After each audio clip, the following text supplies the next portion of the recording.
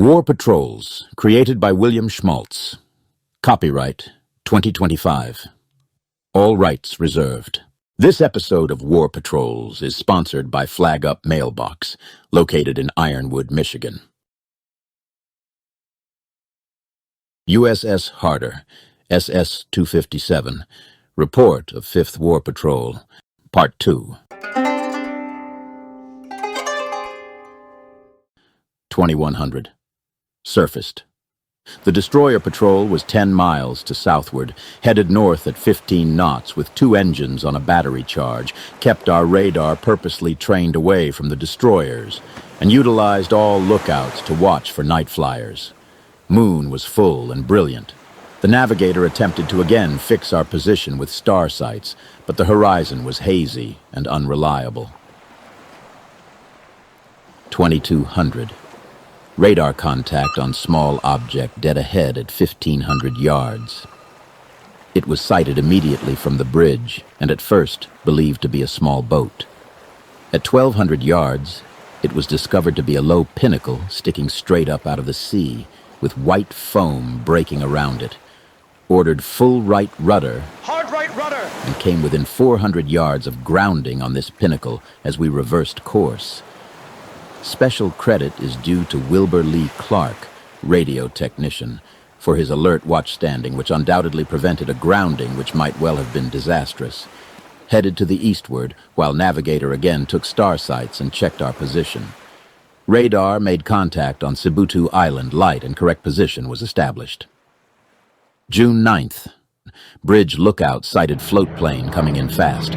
Made quick dive to 120 feet. Bomb exploded as we passed 75 feet. Very close. The sub was thoroughly shaken, and the event resulted in an early réveillé for all hands, but no damage was sustained. Went to 275 feet to check for density layers. Found a gradual negative gradient at 250 feet, then a sharp, reassuring negative thermocline. The hope was unanimous that we would have no occasion to use this layer, but destroyers from Tawi, 40 miles away, were expected to arrive by 0900. With a smooth, glassy sea and aircraft overhead, decided to swing northeast and not attempt a southward transit of Sibutu until nightfall. Moreover, the longer we remained undetected, the more convinced the Jap aviator would be that his bomb hit the mark. 1100. Soundman picked up propeller noise of 2 destroyers approaching from the west. A periscope attack in the glassy sea against alerted destroyers with air support was not desirable. Increased depth to 300 feet and rigged for silent running. Both destroyers passed overhead, but we were under the negative thermocline gradient and never detected.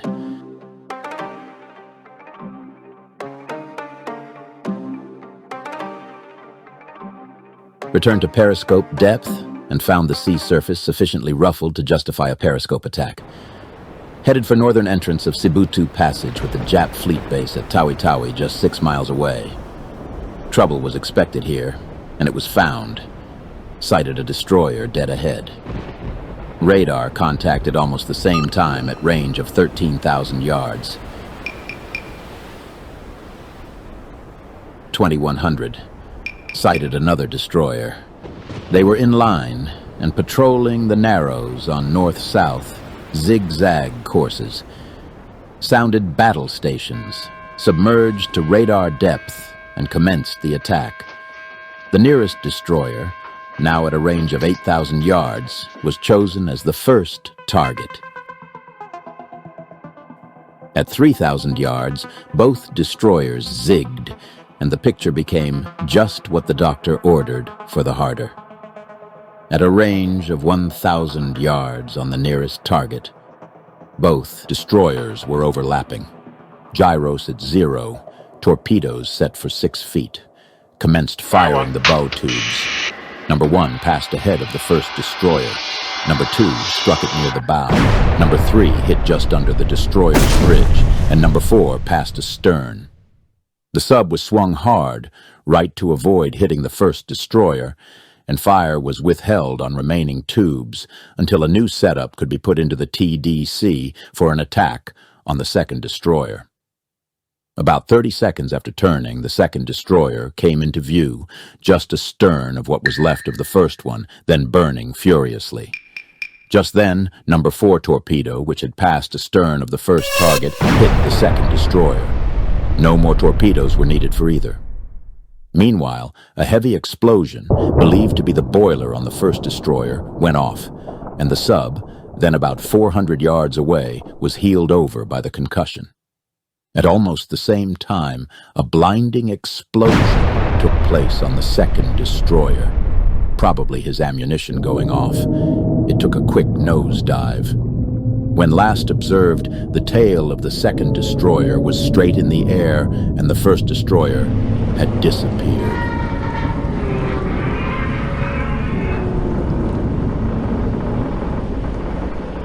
Soundman reported, "No more screws."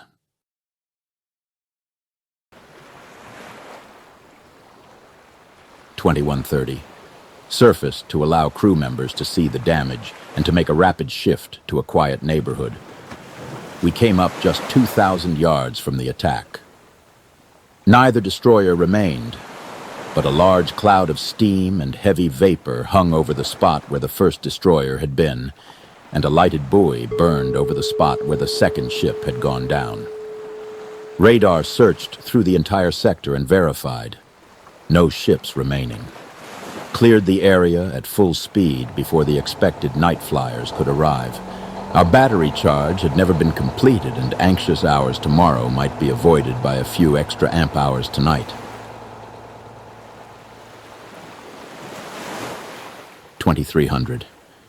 Sighted float biplane coming in low at 100 feet, almost on top of us.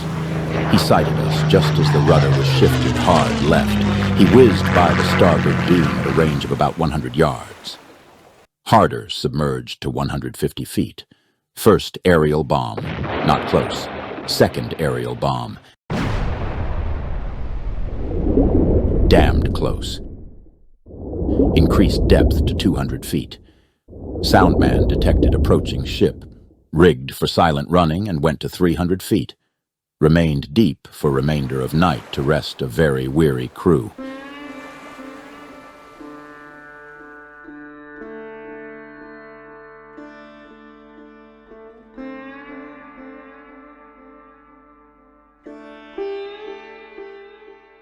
Oh, 400. Surfaced to change the air in the boat before another all-day dive and to cram a few more amps into the battery. At 0500, we submerged and set course for a point south of Tawi Tawi, from which ship concentrations in the bay could be reconnoitered. At 1/3 speed, almost no headway was made against the current all day, and greater speed could not be spared. 1700. Sound contact, light and heavy screws. Sighted large task force of the enemy battle fleet. 3 battleships, 4 cruisers, and 6 or 8 destroyers. Float-type planes circled overhead. Approximate range was 8 miles to the nearest battleship. Sea was glassy smooth, and events, which followed quickly, showed that our periscope was sighted. While watching and identifying the nearest of the battleships, which were Musashi-class, it was suddenly enveloped in heavy black smoke, and the soundman reported hearing 3 explosions. The first assumption was that another of our subs had put 3 torpedoes in the battleship, but a reconstructed version of the affray shows the following to be the more likely occurrence. Immediately after the smoke and explosions around the battleship, a destroyer, which until then had almost blended in with the big ship, headed directly for us, belching heavy black smoke. It is believed likely that one of the float-type planes had spotted our periscope and dropped a smoke float near it. Whereupon, the battleship's escorting destroyer laid down a quick smoke screen between us and the battleship, and then dropped 3 scare charges as he headed our way. The soundman obtained a speed of 35 knots on the destroyer, and his bow wave and rapidly closing range verified it. With the idea that we were now scheduled for another working over, it was decided to have a crack at the destroyer first, and the bow was swung toward him for another down-the-throat shot. Maybe recent events have just gotten us too much in the habit of shooting at destroyers anyhow.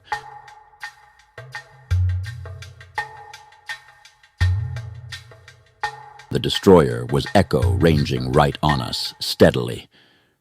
The picture had reached the stage now, where we had to hit him or else. At a range of 1,500 yards, gyros near zero, and depth set at 6 feet. Fired 3 bow tubes. Fire one. Soundman picked up fast screws moving in from the starboard beam, but this was no time to take a look. 55 seconds after the first shot, 2 torpedoes struck with a detonation that was far worse than depth charging. By this time, we were just passing 80 feet and were soon almost beneath the destroyer when all hell broke loose. It was not from his depth charges, for if they had been dropped at that time, this report would not have been completed, but a deafening series of progressive rumblings that seemed to almost blend with each other. Either his boilers or magazines, or both, had exploded, and it's a lucky thing that ship explosions are vented upward and not down. The previously reported sound on the starboard beam was now moving in for his share of the fun, laying his depth charge barrage as we passed 200 feet. They fell astern. They were loud and close and added their bit to the jolting around, but none compared in intensity to the exploding destroyer we had just passed beneath. Other explosions, believed to be aerial bombs, began to land nearby, and all added to make up the most uncomfortable 5 minutes yet experienced during the Harder's 5 war patrols. Something between 20 and 30 distinct depth charges or bombs were counted, but no one was interested in numerical accuracy at the time. 2 destroyers eventually joined the party, but evasive measures conducted at 250 to 400 feet soon left them behind. 1900 surfaced. About 3 miles astern, a lone, lighted Franklin buoy burned over the spot of the attack. It could be seen for 15 minutes bouncing up and down on the swells. We crammed in battery charge and air change while clearing the area to the southeast. 2300. Transmitted Harder's second communique to ComSubPac. It is considered amazing that the ship could have gone through such a terrific pounding and jolting around with such minor damage. Our fervent thanks go out to the workmen and designers at the Electric Boat Company for building such a fine ship. June 11th, 0400. Arrived off southern entrance to Tawi Tawi. Submerged to avoid detection. Soundman heard echo ranging and screws of 2 destroyers believed to be coming in or going out of the southern channel. The sea was again a glassy calm, and periscope reconnaissance was not justified. Increased depth to 100 feet, fixed position hourly while closing the islands to the northward, and waited for an afternoon breeze to ruffle the sea. Reached position 3,000 yards off southern reefs from which ships in the bay could be sighted. Made runs for next 2 hours paralleling the reef while reconnoitering the fleet anchorage. Composition of the enemy fleet sighted: 6 cruisers, 8 destroyers, 2 merchant vessels, and against the hazy background of Bongao Mountain, what was believed to be the tops of 3 or 4 battleships of the Gato-class. 1900. Surfaced 8 miles south of Tawi Tawi. Moonrise, not until 2300 and only half moon. Our danger from night flyers was considerably reduced. Sighted 2 small patrol craft and evaded same on the surface. It appears that the Japs are reluctant to patrol these waters with their remaining destroyers and are resorting to smaller craft which can be better spared if lost. With air changed and battery charged, transmitted Harder's third communique to ComSubPac and cleared the area. This was an historic week for the Harder. The operational shift to a more quiet area was timely. In retrospect of the 6-day period from June 6th to June 12th, this ship has been in almost constant contact with the enemy. During that time, a special mission was completed. 6 separate attacks were made against enemy combat ships, which resulted in the sinking of 5 destroyers. A close inshore reconnaissance of the enemy fleet base was made. The sub had undergone 2 days and nights of bombings by enemy aircraft and 3 separate depth charge attacks, one of considerable violence. The crew and officers were in need of rest and sleep. June 19th. Transmitted Harder's 5th communique to ComSubPac. It was later found out that this message, as well as the previous one, had been thoroughly jammed by the Japs. Our operator got a receipt for both messages, but the receipt was apparently from a Jap station and not from the addressee. June 21st. Moored alongside dock at Darwin, Australia. End of 5th War Patrol.